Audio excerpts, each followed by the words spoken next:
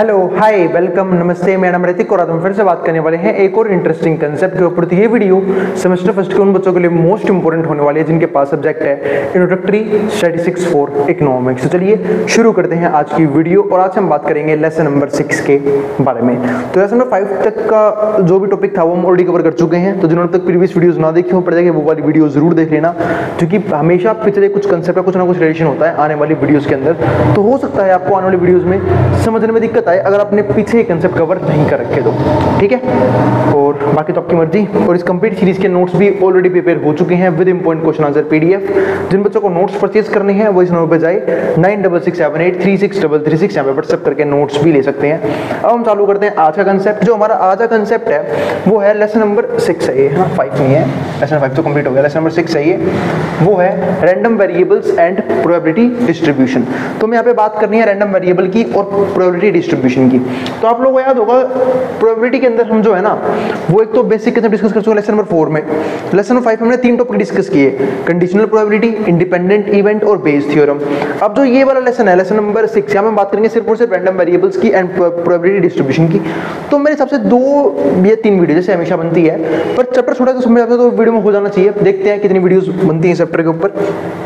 तो शुरू करते समझना कि इस चैप्टर में पढ़ना क्या है सबसे पहले तो, यानी कि लर्निंग ऑब्जेक्टिव्स जो हैं वो इस चैप्टर के कौन कौन से हैं। फिर हम समझेंगे लास्ट में कि रैंडम वेरिएबल का मतलब क्या होता है और प्रोबेबिलिटी डिस्ट्रीब्यूशन क्या होता है। तो सबसे पहले चालू करते हैं लर्निंग ऑब्जेक्टिव से। तो पहला पॉइंट क्या है, to understand the concept of random variables and their significance in statistical analysis. तो पहले हमें समझना पड़ेगा कि रैंडम वेरिएबल्स जो हैं वो होते क्या हैं और उसका स्टैट्स की एनालिसिस में क्या इंपॉर्टेंस है, क्या यूज करते हैं, उसे कैसे यूज करते हैं, वो इंपॉर्टेंट है। दूसरा, students will be able to distinguish between 2 fundamental types of random variables. यही नहीं, हमें यहाँ पे डिफरेंस क्रिएट करना भी आना चाहिए 2 रैंडम वेरिएबल्स के बीच में। एक तो पहला डिस्क्रीट रैंडम वेरिएबल क्या होते हैं, दूसरा कंटिन्यूअस रैंडम वेरिएबल क्या होते हैं, दोनों में डिफरेंस क्रिएट करना हम समझेंगे।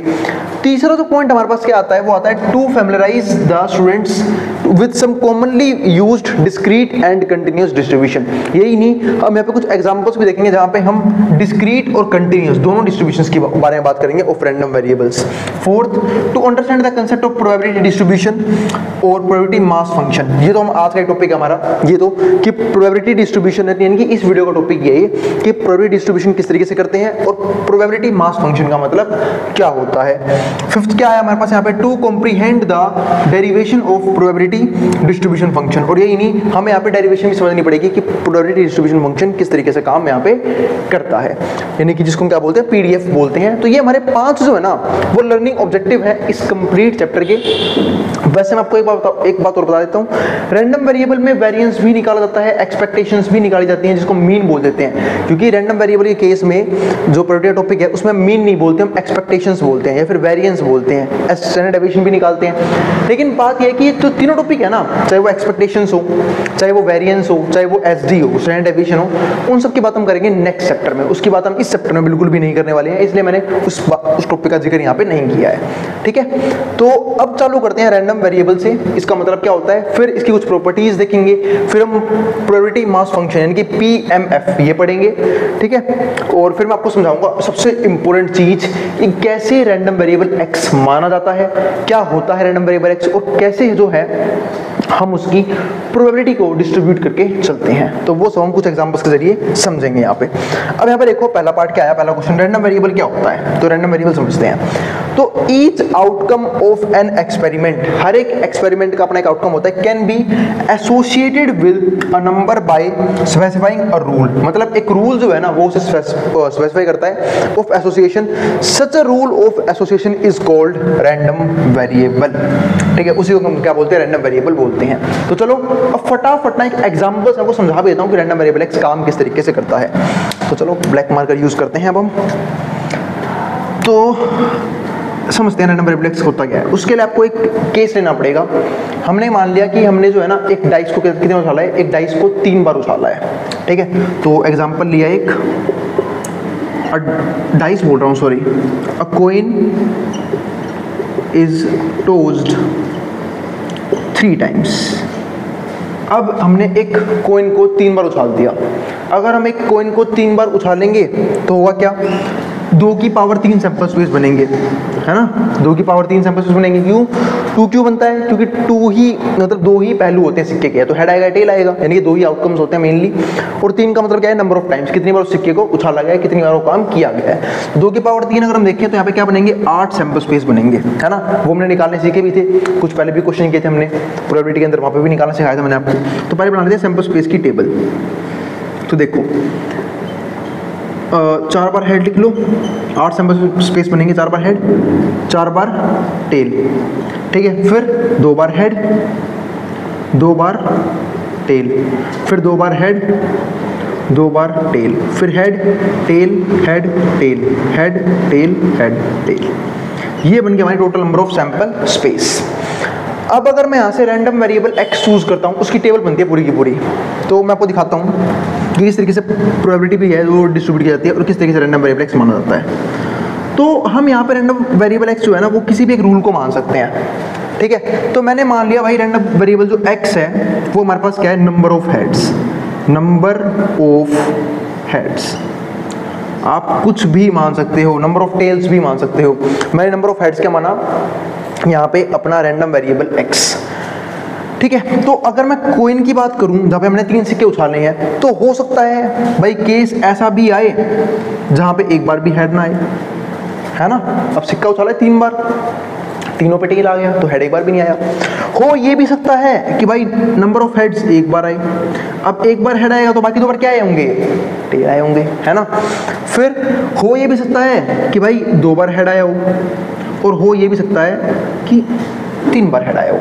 इस 4 के अलावा क्या कोई बात बनेगी क्या? बिल्कुल नहीं बनेगी। मैंने रैंडम वेरिएबल x मान रखा था नंबर ऑफ हेड्स को, तो नंबर ऑफ हेड्स या तो एक भी नहीं होंगे, या एक हेड आया होगा, एक सिक्के पे हेड आया होगा, या दोनों सिक्के पे हेड आए होंगे, या फिर तीनों सिक्के जो हमने उछाले तीनों के तीनों पे हेड आ गया, ठीक है। अब बात कर लेते हैं उसके प्रोबेबिलिटी डिस्ट्रीब्यूशन की, जिसकी बात मैं ऊपर कर भी जाता कि हमें ये भी सीखना होगा कि प्रोबेबिलिटी जो है वो रैंडम वेरिएबल x की कैसे डिस्ट्रीब्यूट की जाती है, तो वो भी समझ लेते हैं।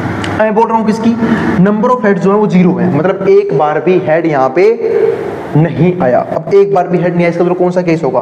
तीनों बार टेल आए होंगे, यानी कि और ये केस कौन सा है? सिर्फ एक ही केस है, तो 1/8 इसकी क्या होगी? प्रोबेबिलिटी डिस्ट्रीब्यूशन, ठीक है।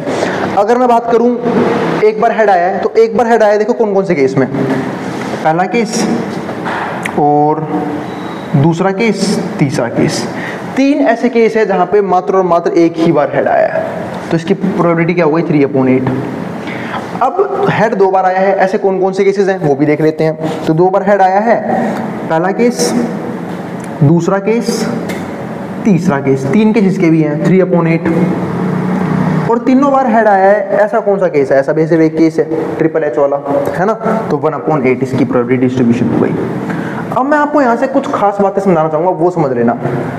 तो उम्मीद है आपको रैंडम वेरिएबल x समझ में आ गया कि वो हम कोई से भी रूल के हिसाब से मान सकते हैं। हो सकता है मैं रैंडम वेरिएबल x ये मान लूँ कि एटलीस्ट 1 हेड, ठीक है। तो कुछ भी हो सकता है, वो कोई भी रूल हो सकता है। नंबर ऑफ टेल्स को मान सकते हैं हम वैसे जनरली इजी चीज़ें मानते हैं, ठीक है, रैंडम वेरिएबल x में, ताकि निकालना कॉम्प्लिकेटेड क्या हो, क्वेश्चन का ना हो, ठीक है, वो चीज़, ठीक है। तो आगे देखते हैं यहाँ पे।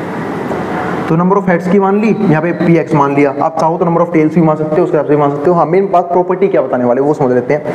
एक तो पहली बात, जो भी यहाँ वैल्यूज लिखी हैं प्रोबेबिलिटी डिस्ट्रीब्यूशन के अंदर, वो हमेशा क्या होगी?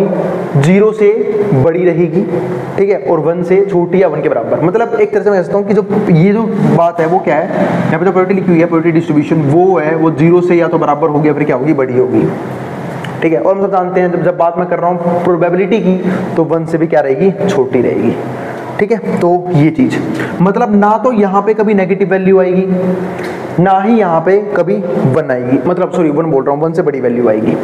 ये भी चीज ध्यान रखना। दूसरा सबसे इंपॉर्टेंट चीज ये पता करने का कि आपने जो प्रोबेबिलिटी डिस्ट्रीब्यूशन किया है वो सही किया है या नहीं किया। आप इनका सम कर लेना, अगर इनका सम 1 आ रहा है तो सही है, वरना गलत है। करके दिखाऊंगा सम, करके देखो सम, देखो ध्यान से। सबका डिनोमिनेटर क्या है? 8 है, और जब डिनोमिनेटर सेम होते हैं हम न्यूमरेटर यूं के यूं प्लस या माइनस कर सकते हैं। तो हमें फिलहाल तो ऐड करना है, तो 1 + 3 4, 4 × 3 7 और 1 8, कितना आया? आंसर आया 8/8। आंसर कितना आया? 1 आया। तो ये चीज मैं यहाँ पे समझाना चाहता हूँ। चाहे आप सिक्का 3 बार उछाल लो, चाहे 2 बार उछाल लो, चाहे 4 बार उछाल लो, कोई फर्क नहीं पड़ता, बट ये कभी नेगेटिव नहीं होंगे, कभी 1 से बड़े नहीं होंगे, ठीक है। और प्रोबेबिलिटी डिस्ट्रीब्यूशन का सम जो है वो क्या आएगा? हमेशा 1 आएगा। इन सब का सम जो है हमेशा क्या आएगा? 1 आएगा, ठीक है, ये भी चीज़ ध्यान रखना। अब चलो एक एक्सपेरिमेंट और कर लेते हैं इसी बात पे, एक क्वेश्चन और कर लेते हैं, ठीक है। लेकिन एक मिनट, उससे पहले आपको एक चीज़ समझा देता हूँ, है ना, क्योंकि मैंने आता तो आपको समझा दिया कि जो है रैंडम वेरिएबल होता क्या है, उसके ऊपर मैंने आपको प्रोबेबिलिटी डिस्ट्रीब्यूशन सिखा दिया है। अब क्वेश्चंस करेंगे कुछ, लेकिन आखिरी में उससे पहले कुछ चीज़ें पढ़ लेते हैं। कुछ चीज़ों में क्या, अब आती है कि भैया टाइप्स ऑफ रैंडम वेरिएबल वो कौन से प्रकार के होते हैं। तो भाई दो प्रकार के रैंडम वेरिएबल हैं। पहला क्या आया, अ डिस्क्रीट रैंडम वेरिएबल। एक डिस्क्रीट रैंडम वेरिएबल क्या होता है? A discrete random variable is a random variable whose possible values either constitute a finite set, या तो उसमें फाइनाइट सेट होगा यानी कि लिमिटेड एलिमेंट्स होंगे, और else can be listed in an infinite sequence, या फिर इनफाइनाइट सीक्वेंस बनेगा उसका, in which there is a first element and second element so on countable finites, जिसमें हमारा पहले फर्स्ट एलिमेंट आएगा, फिर देन सेकंड आएगा, एंड देन काउंटेबल टाइम्स तक वो काउंटेबल फाइनाइट्स तक चलते रहेंगे। अब दूसरा जो है वो क्या है, अ कंटिन्यूअस रैंडम वेरिएबल। अब एक कंटिन्यूअस की बात भी कर लेते हैं। It consist either of all the numbers, या तो इसमें सारे ही नंबर आएंगे इन अ सिंगल इंटरवल, एक ही इंटरवल के अंदर, ठीक है, ऑन द नंबर लाइन। अब देखो कंटिन्यूअस भी किस वर्ड से बना हुआ है, आपको याद होगा जब हम डिस्क्रीट की बात कर रहे थे, डिस्क्रीट डाटा की स्टैट्स के अंदर, वहां पे सिर्फ हम नंबर्स को दिखा रहे थे, लेकिन जब हम कंटिन्यूअस की बात करना शुरू कर देते हैं तो हम इंटरवल्स की फॉर्म में लेना शुरू कर देते हैं कि ये प्रोबेबिलिटी किस इंटरवल से किस इंटरवल के बीच में आ रही है, या फिर इस इंटरवल से इस इंटरवल के बीच में कौन कौन सी प्रोबेबिलिटीज लाई कर रही हैं, वो सब हम बात करते हैं। उसके बात करते हैं कंटिन्यूअस रैंडम वेरिएबल के अंदर। एक बार ना मेरे को उम्मीद है आपको शायद नीचे का दिख नहीं रहा हुआ, ये एक बार मैं नीचे कर देता हूँ कैमरे को, उसके बाद देख लेना, ठीक है। फिर हम इसको इरेज करके फिर हम बाकी क्वेश्चंस करेंगे, पहले तक का समझ लो, ठीक है। एक मिनट रुको बस। चलो अब आप लोगों को ना नीचे का बिल्कुल क्लियर दिख रहा होगा, ये किसकी बात हो रही थी, अ कंटिन्यूअस रैंडम वेरिएबल की। तो it consist either of all the numbers in a single interval, या तो सारे नंबर जो एक सिंगल इंटरवल के अंदर आएंगे, on the number line infinite from infinity to infinity, और all numbers in a disjoint union of such intervals, या फिर जो ऑल नंबर्स हैं वो क्या होंगे, in a disjoint union of such interval. वो मुझे डिसजॉइंट का मतलब पता है आपको, जब इंटरसेक्शन में कुछ भी कॉमन ना आए उसको बोलते हैं डिसजॉइंट, यानी कि जब ए इंटरसेक्शन भी क्या हो, जीरो हो। ऐसे सेट्स जो कभी मिले ना, जैसे फॉर एग्जांपल मैंने एक वेन डायग्राम बनाया, एक ए और एक बी, इनको बोलते हैं डिसजॉइंट, ठीक है, कि ये बिल्कुल भी यहाँ पे मिलेंगे नहीं, ये डिसजॉइंट सेट्स हैं, ठीक है, इनके बीच में कुछ भी कॉमन नहीं है। तो no possible value of the variable has a positive probability, तो यहाँ पे कोई भी पॉसिबल वैल्यू नहीं होगी किसी वेरिएबल की, has a positive probability, positive probability के साथ। तो P x equals to C हमारा क्या आएगा, जीरो आएगा for any possible value of C. तो ये भी हो सकता है। तो ये तो सिर्फ मैंने डेफिनेशन लिख दिया, एक कंटिन्यूअस रैंडम वेरिएबल की और एक डिस्क्रीट रैंडम वेरिएबल की। बाकी जो हम टेबल्स को डिस्कस करेंगे तब मैं और डीप में समझाऊंगा ये दोनों में डिफरेंसेस क्या होते हैं, ठीक है। चलो अब आगे बढ़ते हैं, तो इसको मैं कर देता हूँ इरेज। अब मैं डिस्कस करते हैं कुछ प्रॉपर्टीज को। अब प्रोबेबिलिटी मास फंक्शन की बात कर लेते हैं। तो for a discrete random variable x, किसी भी डिस्क्रीट रैंडम वेरिएबल x के लिए that can be take at most countable finite number, जिसमें क्या होंगे, ज्यादातर फाइनाइट नंबर होंगे, x1 x2, ठीक है। We associate to a probability, जिसके लिए हम हर एक नंबर को याद देंगे, एक प्रोबेबिलिटी डिस्ट्रीब्यूशन का एक हिस्सा देंगे। जैसे यहाँ पे देखो, जब मैंने यहाँ पे x माना था नंबर ऑफ हेड्स, तो मैंने यहाँ पे क्या लिखा कि रैंडम वेरिएबल x की वैल्यू क्या क्या हो सकती है, फिर मैंने हर एक को उसके हिस्से की क्या दी, प्रोबेबिलिटी दी, यानी कि एक तरह से मैंने पूरी प्रोबेबिलिटी को डिस्ट्रीब्यूट कर दिया इन लोगों के बीच में, ठीक है। तो अब यहाँ पे दो प्रॉपर्टी आती है इंपॉर्टेंट, दो कंडीशंस हैं ये क्रिएट करने के लिए। अभी दो इंपॉर्टेंट कंडीशन क्या है, पहला px greater than equals to 0, समझा ही चुका था ऊपर कि आप जो भी प्रोबेबिलिटी डिस्ट्रीब्यूट करोगे या तो वो 0 कर लो या फिर 0 से फालतू करना, यानी कि पॉजिटिव रहेगी और 1 से कम रहेगी। हम सब जानते हैं 1 से कम या 1 के बराबर हो सकती है, बट एक लॉजिक वाली बात ये भी कि अगर 1 के बराबर हमने कोई प्रोबेबिलिटी डिस्ट्रीब्यूशन कर दी तो बाकी सब क्या हो जाएंगे, अपने पे 0 हो जाएंगे। क्योंकि हमें ये भी पता है कि सबका सम जो है वो एग्जैक्ट 1 ही आना चाहिए, ना तो 1 से फालतू आएगा ना ही 1 से कम आएगा, वरना हमारा प्रोबेबिलिटी डिस्ट्रीब्यूशन वहीं पे गलत हो जाएगा। दूसरा देखो यहाँ पे लिखा हुआ sigma x p x equals to 1, मतलब प्रोबेबिलिटी डिस्ट्रीब्यूशन का सम जो है वो 1 आएगा। तो बस ये भी हो गया।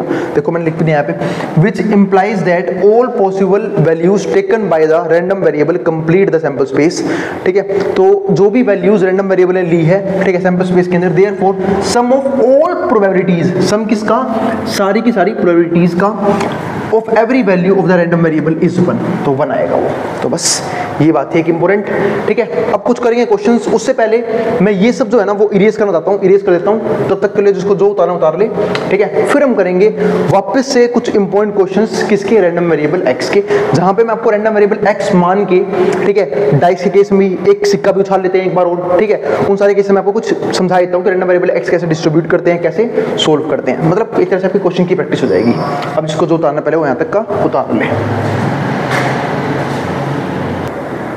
चलो फिर और हम आगे देखते हैं कुछ क्वेश्चंस को। हाँ, तो फिर से एक नया क्वेश्चन करते हैं। अब जो है ना हम सिक्का उछालेंगे कितनी बार, 4 बार। तो सिक्का उछालते हैं 4 बार, तो एक सिंपल सी बात है, अगर सिक्का 4 बार उछलेगा तो जो टोटल नंबर ऑफ आउटकम्स हैं, टोटल नंबर ऑफ आउटकम्स वो कितने होंगे, 2 की पावर 4 यानी कि 16। फिर से भाई 2 क्यों, क्योंकि सिक्के में 2 चीज़ आती है तो हेड या टेल, और 4 क्यों, क्योंकि 4 बार ये उछाला गया है, 2 की पावर 4 16 आउट सैंपल्स हमारे यहाँ पे बनेंगे, ठीक है। तो टोटल नंबर ऑफ आउटकम्स हमारे पास ये आ गया। अब मुझे यहाँ पे निकालना क्या है वो समझते हैं। तो अब जो हमें चीज़ निकालनी है वो यहाँ पे है, पहले 4 बार सिक्का उछालते हैं। तो भाई 4 बार सिक्का उछाला तो सैंपल स्पेस में बनाते हैं सबसे पहले। तो सैंपल स्पेस कैसे बनेंगे, अब 16 का आधा करना पड़ेगा आपको, 8 बार हेड 8 बार टेल। तो 8 बार हेड, तो 1 2 3 4 5 6 7 8, 8 बार हेड,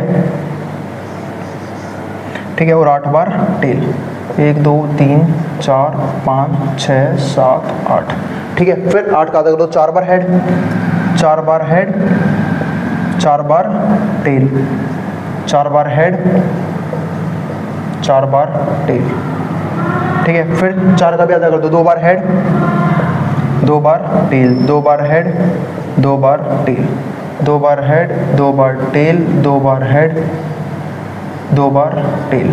फिर 2 का भी आधा कर दो, head tail head tail, head tail head और tail, head tail head tail head tail head और टेल। तो ये बन गए हमारे यहाँ पे 16 सैंपल स्पेस, ठीक है। अब फिर से मैं करना क्या होगा, हमें रैंडम वेरिएबल एक्स सेलेक्ट करना है यहाँ पे।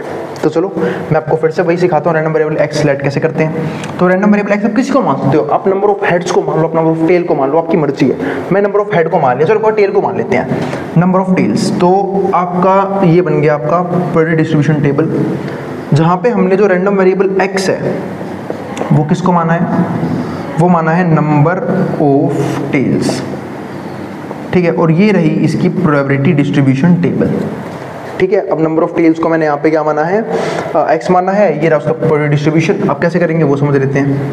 तो भाई जो नंबर ऑफ टेल्स हैं वह तो 0 होंगे, भाई एक बार भी टेल नहीं आया, ठीक है, यानी कि हर एक बार क्या आ गया, हेड आ गया। एक बार आया हो भाई टेल, 2 बार आया हो टेल, 3 बार आया हो टेल, और मैक्सिमम 4 बार आ सकता है। अब 5 बार तो कोई बोल मत देना, सिक्का उछला ही 4 बार, तो 5 बार टेल कहाँ से जाएगा। तो ये 5 जो हमारे है ना वैल्यू होगी रैंडम वेरिएबल एक्स की। अब ये आपको निकालनी आनी चाहिए, तो बहुत ईजी था, कोई बड़ी बात थोड़ी ना थी। अब अपने सिक्का अगर 4 बार उछाल रहा है तो नंबर ऑफ टेल्स जो है वो कितने हो सकते हैं, वो काउंट किया हमने, कितने कितने हो सकते हैं। या तो एक बार भी नहीं आएगा, या एक बार आएगा, या 2 बार आएगा, या 3 बार आएगा, या 4 बार आएगा।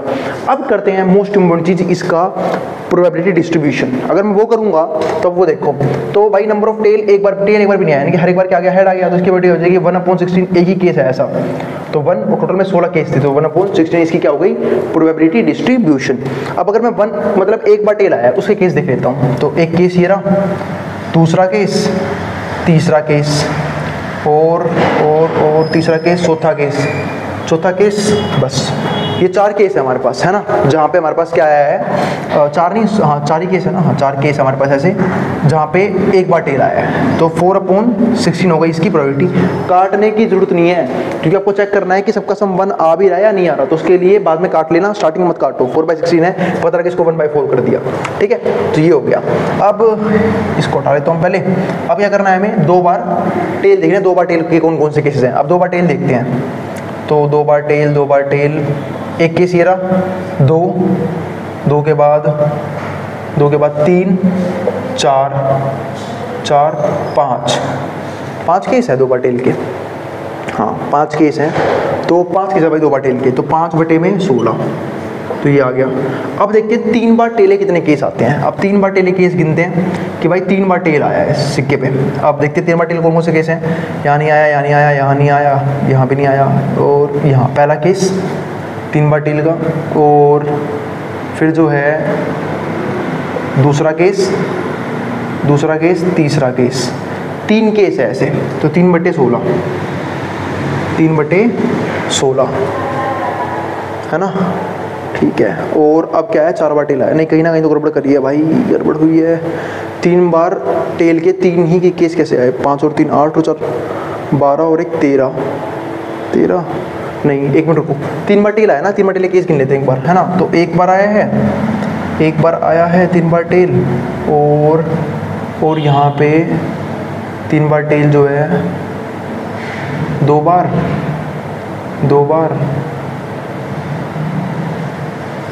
3 बार, अच्छा यहाँ पे भी तो आया है 3 बार और एक ये 4 बार आया है, 4 बार आया है ये, है ना, 4 बार आया है। तो 4 बार क्या है, टेल आया है। तो अभी भी देखें अगर हम, तो एक चीज़ और देखते हैं, अब 4 बार क्या है, टेल आया, तो उसका तो यही केस बनेगा 1/16, इसको तो आराम से लिख लो 1/16।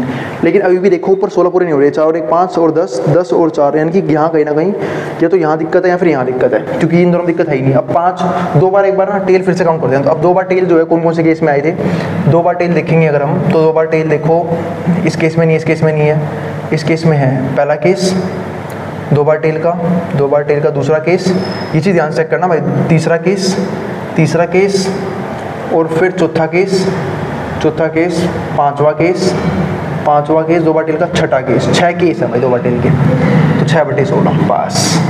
ये हो गया हमारा सही प्रोबेबिलिटी डिस्ट्रीब्यूशन। क्यों? क्योंकि मैंने देखा, अब देखो यही चीज़ होती है कि क्वेश्चन करते करते पता लग जाता है कि जब मैं क्वेश्चन करता, देखो मैं आपके सामने को रट के तो आया नहीं, मेरे से भी गलती हो गई यहाँ पे चेक करने में, लेकिन मुझे इतना पता है कि मेरे को वेरिफिकेशन आती है मुझे कि जब इनका सबका सम करूँगा तो 1 आना चाहिए। तो 2 ही कंडीशन होती है, क्या कि एक तो प्रोबेबिलिटी डिस्ट्रीब्यूशन जो आपने करी है, इनकी जो वैल्यूज हैं वो 0 से लेके 1 के बीच में होनी चाहिए, 0 और 1 भी हो सकती है, ठीक है। तो ये देखो 0 से 1 के बीच में है, ना तो नेगेटिव है कोई नंबर, ना ही 1 से बड़ा है कोई नंबर। दूसरा, जब मैं इन सबका सम करूंगा तो 4 और 1 5, 5 और 6 11, 11 और 4 15 और 1 16, 16/16 यानी कि 1 आ रहा है। इसका मतलब ये मेरा एक सही प्रोबेबिलिटी डिस्ट्रीब्यूशन है, ठीक है। अब एक छोटा सा क्वेश्चन और कर लेते हैं कोइन का, फिर एक क्वेश्चन कराऊंगा डाइस का। अब एक सिक्का है ना, हम सिर्फ और सिर्फ 2 बार उछालेंगे। अगर सिक्का 2 बार उछाला है तो सिक्का 2 बार उछालने का मतलब यहाँ पे क्या है कि भाई हो सकता दोनों बार हेड आ गया हो, या हेड टेल, या टेल हेड, या टेल टेल। बताओ इसके अलावा कोई केस बनेगा क्या? आप बोलोगे बिल्कुल नहीं बनेगा भैया। तो ये केस बनेंगे। अगर मैं यहाँ पे नंबर ऑफ हेड्स काउंट करता हूँ, यानी कि रैंडम वेरिएबल एक्स मानता हूँ मैं नंबर ऑफ हेड्स को, ठीक है। तो वो देखते हैं यहाँ पे, तो नंबर ऑफ हेड्स या तो 1 भी नहीं होगा 0, या फिर 1 हेड आ सकता है या 2 हेड आ सकते हैं। क्या 2 से फालतू हेड आएंगे क्या? बिल्कुल नहीं, क्योंकि सिक्का उछला ही 2 बार है। अब देख लेते हैं इनका भी प्रोबेबिलिटी डिस्ट्रीब्यूशन फटाफट, फिर हम करेंगे क्वेश्चन डाइस का एक। अब अगर मैं देखूँ कि इसका प्रोबेबिलिटी डिस्ट्रीब्यूशन, तो नंबर ऑफ हेड्स एक बार भी हेड नहीं आया। अब एक बार भी हेड नहीं, इसका मतलब क्या, दोनों बार क्या आया होगा, टेल आया होगा। इसका कौन सा केस है? 1/4। एक बार हेड आया है, अब एक बार हेड आया है तो एक बार हेड इस केस में भी इस केस में भी है, तो 2/4। और दोनों बार हेड आया, एक ही केस है 1/4। देखो सारी की सारी प्रोबेबिलिटी जो है वो 0 से लेकर 1 के बीच में है, कोई 1 से बड़ी नहीं है, कोई नेगेटिव नहीं है।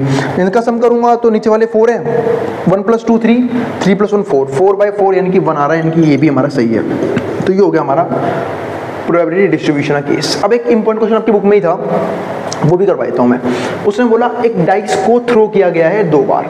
अगर एक डाई को हम 2 बार थ्रो करेंगे या तो क्या होगा वो समझते हैं, फिर 2 बार रोल करेंगे तो क्या होगा वो समझते हैं। सबसे पहले आपको पता होना चाहिए कि total number of sample space कितने बनेंगे, सैंपल स्पेस कितने बनेंगे वो हम सब जानते हैं। इस केस में क्या बनेगा, 6 की पावर n, है ना, 6 की पावर n, जहाँ पे 6 का मतलब यहाँ पे क्या है कि भाई डाइस के ऊपर जो है ना वो 6 नंबर आ सकते हैं, 1 से लेके 6 तक, 1 2 3 4 5 6, तो चले 6।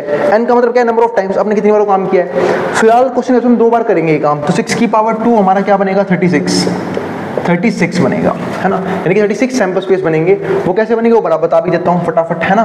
तो वैसे तो आप लोगों ने बचपन में सीखा था बनाना, फिर भी याद दिलाता हूँ। 1 1 1 2 1 3 1 4 1 5 और 1 6, मतलब सारी पॉसिबिलिटीज लिखनी होती है हमें। अब देखो 1 के साथ 1 भी आ सकता है, 2 भी आ सकता है, 3 भी, 4 भी, 5 भी, 6 भी, ठीक है। ऐसे ही 2 के साथ 1 भी आ सकता है, 2 के साथ 2 भी आ सकता है, 2 के साथ 3 भी आ सकता है, 2 के साथ 4 भी आ सकता है, 2 के साथ 5 भी आ सकता है, और 2 के साथ 6 भी आ सकता है ना, यहाँ पे कोई दिक्कत नहीं है। ऐसे ही सेम 3 के साथ 1 भी आ सकता है, 3 के साथ 2 भी आ सकता है, 3 के साथ 3 भी आ सकता है, 3 के साथ 4 भी आ सकता है, 3 के साथ 5 भी आ सकता है और 3 के साथ 6 भी आ सकता है। सेम ऐसे ही 4 के साथ भी ऐसा हो सकता है, 4 के साथ 1 भी आ सकता है, 4 के साथ 2 भी आ सकता है, 4 के साथ 3 भी आ सकता है, 4 के साथ 4 भी आ सकता है, 4 के साथ 5 भी आ सकता है और 4 के साथ 6 भी आ सकता है। सेम ऐसे ही 5 के साथ 1,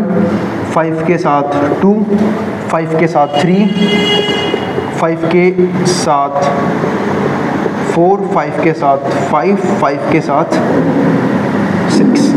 सेम ऐसे ही 6 के साथ 1, और ये सवाल केस स्टडी का है, ध्यान रखना। 6 का 2, फिर 3 और फिर 4 और फिर 5 6 के साथ, और फिर 6 के साथ क्या आएगा, 6 आ जाएगा। तो ये बन गया हमारे यहाँ पे distribution table, sorry distribution table बोल रहा हूँ, सैंपल स्पेस की वो बना लिया हमने यहाँ पे पूरा का पूरा सेट, कि अगर हम सिक्के को डाई को 2 बार रोल करते हैं तो क्या क्या सैंपल स्पेस बन सकते हैं।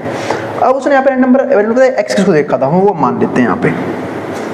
फिर हम करेंगे एक्स, हमारे पास यहाँ पे क्या है, सम ऑन डाइस,